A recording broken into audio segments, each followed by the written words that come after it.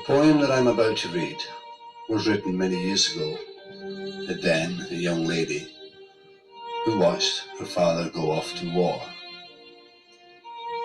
That young lady's name was Edna McConaughey, and the poem that she wrote is entitled The Men in Trenches.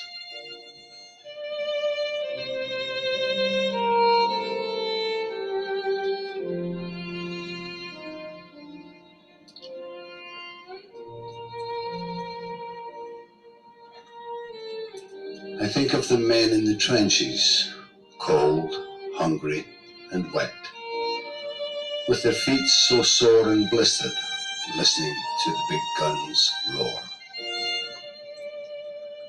They are the backbone of the army. Without them, what would they do? They take the brunt of the slaughter and sit with their wounded and dead.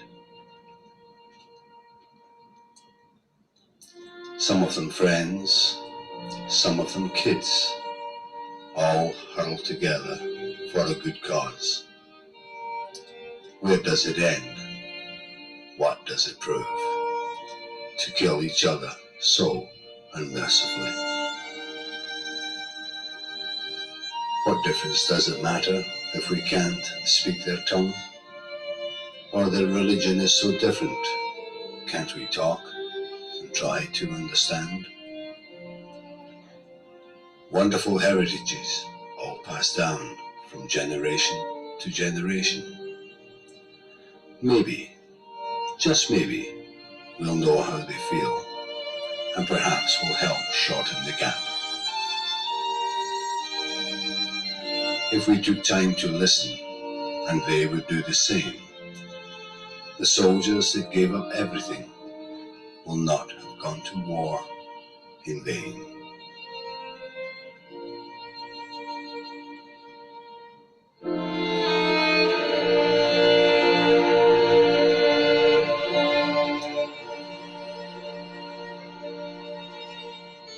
What difference does it matter if we can't speak their tongue? Or their religion is so different? Can't we talk and try to understand?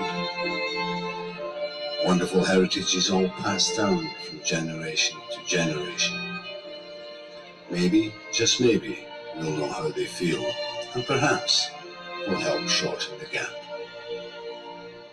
If we took time to listen and they would do the same, the soldiers that gave up everything will not have gone to war in vain.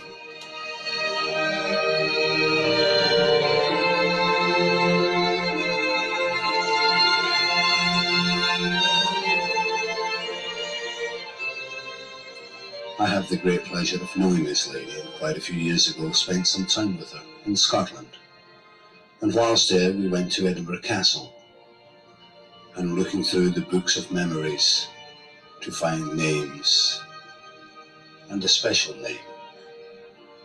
And I'm very happy and proud to say that Edna found that special name.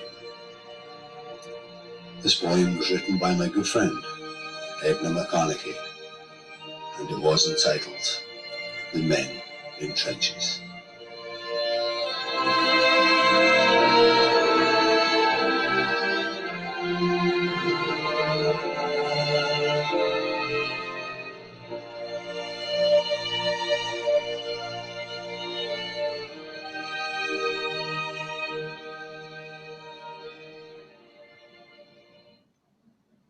My grandmother wrote that poem for her father who died in World War I.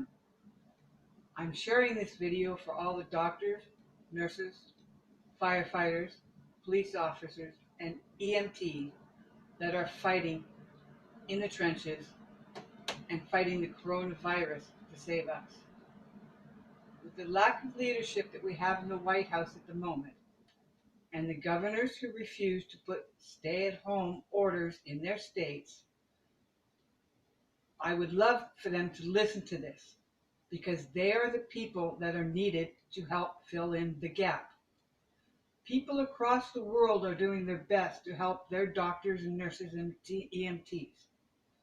It's time for President Trump, who says he's a wartime president, to stand up, lead this country, and give them what they so desperately need.